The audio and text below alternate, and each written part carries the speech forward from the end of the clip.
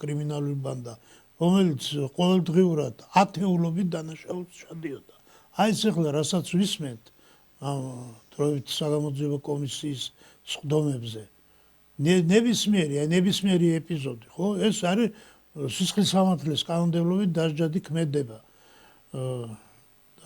დროულია, ესე იგი, როგორც კი განთავისუფლდა ამ დასავლური წნეხისაგან ხელისუფლება, იქაური მითითებებისგან და ასე ვთქვათ, მუქარებისგან, უკვე წავიდა და დაიწყეს რეალურად იმ საქმეების გამოძიება, რაც უნდა გამოძიებულიყო, მაგრამ სჯობს გვიან ვიდრე არასდროს.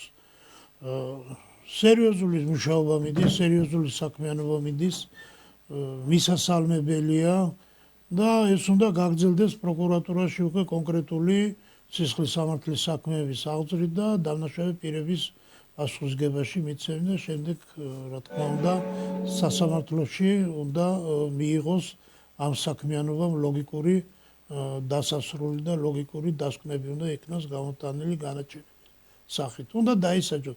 არც ერთი არავინ არ არის სისხლის სამართლებრივი პასუხისგებისა და სასჯელისაგან განთავისუფლებული, მიუხედავად მათი ქონებრივი ცენზისა და პოლიტიკური კუთვნილებისა. ნაციონალური მოძრაობა თქვენ წარმოიდგინეთ 9 წლის განმავლობაში ყოველ დღე ათეულობით ჩადენილი დანაშაული 320,000 პრობაციონერს რო ვიძახით. ესე იგი თითოეული მათგანის მიმართ რამდენი დანაშაულია ჩადენილი, ხო? გარდა იმისა, რომ იქ უკანონო დაპატიმრება ხდებოდა, იქ ხდებოდა უკანონო წამება, ხდებოდა უკანონო ქონების ჩამორთმევა, კომპლექსი ხდებოდა და ესე იგი გადაამრავლეთ ახლა თქვენა 330,000 რაღაც 5 ეპიზოდზე, სუმცირე 5 ეპიზოდი. ესე იგი ვიმეორო კიდე უკანონო დაკავება, უკანონო დაპატიმრება, უკანონო სჯავრდება, უკანონო ქონების წართმევა და 1000 გვარი შეზღუდებები იმ ქონების წართმევას მოსდევდა იმ ბანკის წინაშე აღებული ვალდებულებების შეუსრულებლობა და იპოთეკით დატვირთული ქონებების წართმევა. ამის მაგალითი ვარ მე აგერ პირადად 3 ბინა დამაკარგინეს, 3 ბინა წამართვეს იმ უკანონო პატიმრობის შედეგად. 3 ბინა დამტოვეს ხოლმე რამდენია ჩემნაირი. და ეხლა გადავამრავლოთ, აგერ კიდევ მეორე 320,000 გავამრავლოთ 5. ამდენი საქმეა გამოსაძიებელი.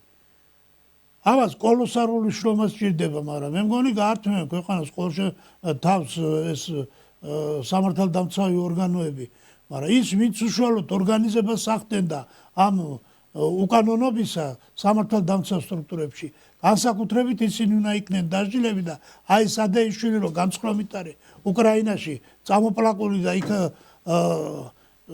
აგდია ის უნდა ჩამოათრიონ აქა აუცილებლად მარტო ადეიშვილი ხო არა ლორდ კიფანიძე, იქ საყვარელიძე, კი ბატონო, ვინც არიან, აი თუნდაც ის ლომაია, რომელმაც ახალგორი ჩააბარა, ისიც ჩამოსათრევია და პასუხი აქვს აგებელი. და ის ქვეყანა, რომელიც არ მისცემს ექსტრადაციის უფლებას, იმათთან ცოტა სხვანაირად უნდა იმათ ელჩებთან და საერთოდ დიპლომატიურ დონეზე უნდა აიძულონ ისინი. დააყენეთ წითელ ცირკულოებს ინტერპოლში მათი ძებნის საკითხები. აბა ნახოთ ერთი თუ არ შეასრულა. ამიტომ ხალხი რასაც ელოდებოდა ოცნებამ წინასაარჩევნოდ მიცემული დაპირების აღსრულება დაიწყო და მე პირადად და ის 320,000 პრობაციონერი თუნდაც ის ჯემა ლეონიძე, რომელიც სამხელა ქონებრივი ზიანი გაიცადა. ყველა რა თქმა უნდა მივესალმებით და ხარც უჭერთ ხელისუფლებაში და ზადვართ სათანამშრომლოდ და მათთანო ესენი ყველანი დაისაჯნენ. აქ ძალიან ბევრი დანაშაულები წამოიწევა კიდე. აგერ დღეს ახლა უყურებდი, ვაკვირდებოდი ამ საგამოძიებო კომისიის მუშაობას და იქ ერთი ფაქტი გაჟღერდა ბატონო ნიკოლოზ გრიგოლ ვაშაკიძემ ბრძანა რომ თურმე ვაშაძე ხო 2008 წლის 21 თებერვალს როცა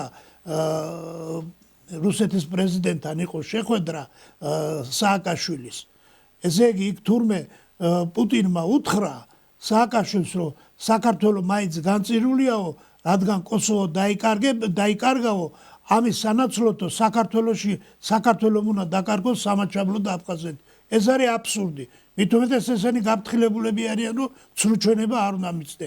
ეხლა თქვენ წარმოგიდგენიათ, რომ რუსეთის პრეზიდენტი ამას ეთყო და ამ სულელს რა არიციან ვინც იყო ესა და ამის პირში არაფერი არ გაჩერდებოდა. ან მართლაც ესეთი რამე რო თქმულიყო. ესეთი რამე რო თქმულიყო, ამერიკა გაჩერდებოდა, ვინ გაჩერდებოდა. ამ შეხვედრის შემდეგ არისო 2008 წლის 4 აპრილს ბუქარესტის სამიტზე რო უკვე გაცხადდა ნატოში საქართველოს და უკრაინის მიღება. იმას რატო აღარ იძახის, რომ 2008 წლის აპრილში საქართველოს ჯარი სრულად იყო მობილიზებული და აფხაზეთში შეჭრას აპირებდა. ზობის დღეს მოიხსნა კაზარმული ვითარება. კაზარმულ რეჟიმზე იყო მთელი ჯარი გადაყვანილი, ელოდებოდნენ ბრძანებას, რომ შეჭრილი იყვნენ აფხაზეთში.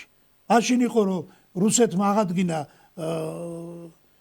განთიადიდან, სოჩიდან სოხუმამდე რკინიგზა და შემოიყვანა საბრძოლო ტექნიკა და გაამაგრა.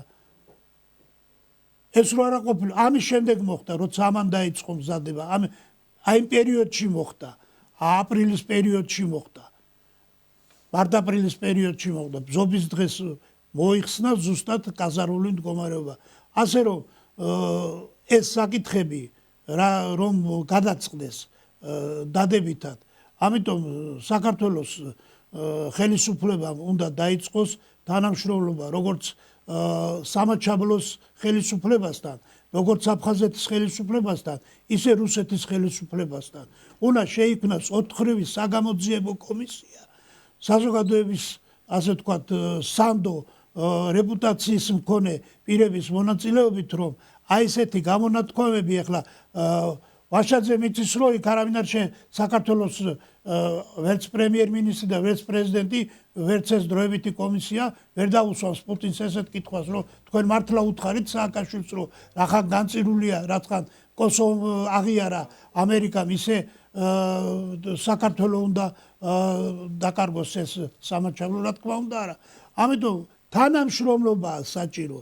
ჩვენ როცა ვიძახით სამართლიანობის აღდგენაზე, სამართლიანობის აღდგენა უნდა მოხდეს ობიექტურად, სრულყოფილად, ყოველმხრივად და არა ეპიზოდურად, ნაწილ-ნაწილ და ისევ რაღაც საკითხები დარჩეს გამოუძიებელი და მერე კიდე სასპეკულაციო და ასე ვთქვათ ხელისუფლებისთვის წამოსაძახების საფუძველი. ამიტომ ჩემი აზრია, როგორც საქართველოს კონსტიტუციის მეხუთე მუხლის დაცვის ლიგის თავმჯდომარის, რომ საქართველოს ხელისუფლებამ პარალელურად დაიწყოს ასე ვთქვათ ურთიერთობები, კონტაქტი რუსეთის ხელისუფლებასთან, სამაჩაბლოსთან, აფხაზეთთან, შეიქმნას 4-ხრივი საგამოძიებო კომისია, დაკომპლექტდეს ღირსეული პიროვნებებით, ობიექტური პიროვნებებით, რომელიც მისაღები იქნება 4-ხივე ხარისხის და აი ამ ფორმატში მოხდეს საგამოძიებო მასალების, ინფორმაციების, უკვე აღძრული საქმეების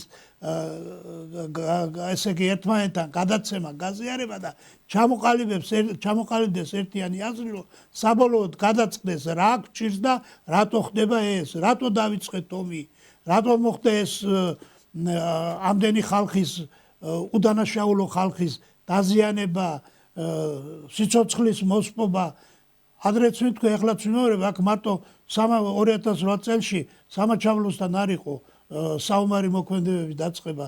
იმ 8-9 აგვისტოს პერიოდში საქართველოს ცდილობდა გუდაუთის მიმართულებით საზღვაო კატარღებით დესანტის გადასხმას, რომელიც აკვეთილი იქნა რუსების მიერ და იქ ერთი გემი ჩაიძირა და იქაც ხვეფილი იყო. აი ეს გამოსაძიებელია. დაიბარეთ მაშინდელი თავდაცვის სამინისტროს მაღალჩინოსნები და გამოკითხეთ, აი რა ხდებოდა, რატო ხდებოდა. ეს ყველაფერი გამოსაძიებელი, ძალიან ბევრი ფაქტებია დარჩენილი და უნდა მორჩეს ერთხელ და სამუდამოდ. კიდევ ამან ეპიზოდური ხასიათი არ უნდა მიიღოს. უნდა ჩამოყალიბდეს, დადგეს და ეს ჩვენ ხელს შეგვიწყობს ამ ოსებთან, აფხაზებთან ურთიერთობის დალაგებას. აი მე რამდენად ვიმეორებ, რომ წამოაძახეს ბატონ ბიძინა იმენს, რომ რატო მოიხადე ბოდიშიო. ოსი არ გამოქცეულა აქ და ოსი არ შემოვარდნილა გორში, კაცო. ჩვენ შევარდით ცხინვალში. ჩვენ შევედით. ვინდა ეხლა ბატონ ბიზნესაშვილს ვერ ასწავლიან, რომ სად იყო ბოდიში მოსახლე და სად არ იყო. ამიტომ ეს საკითხები რომ დარეგულირდეს, უნდა ჩატარდეს ეს საგამოძიებო მოქმედებები ყველასთან. იმას გეთანხმებით ბატონო დავით, გეთანხმებით და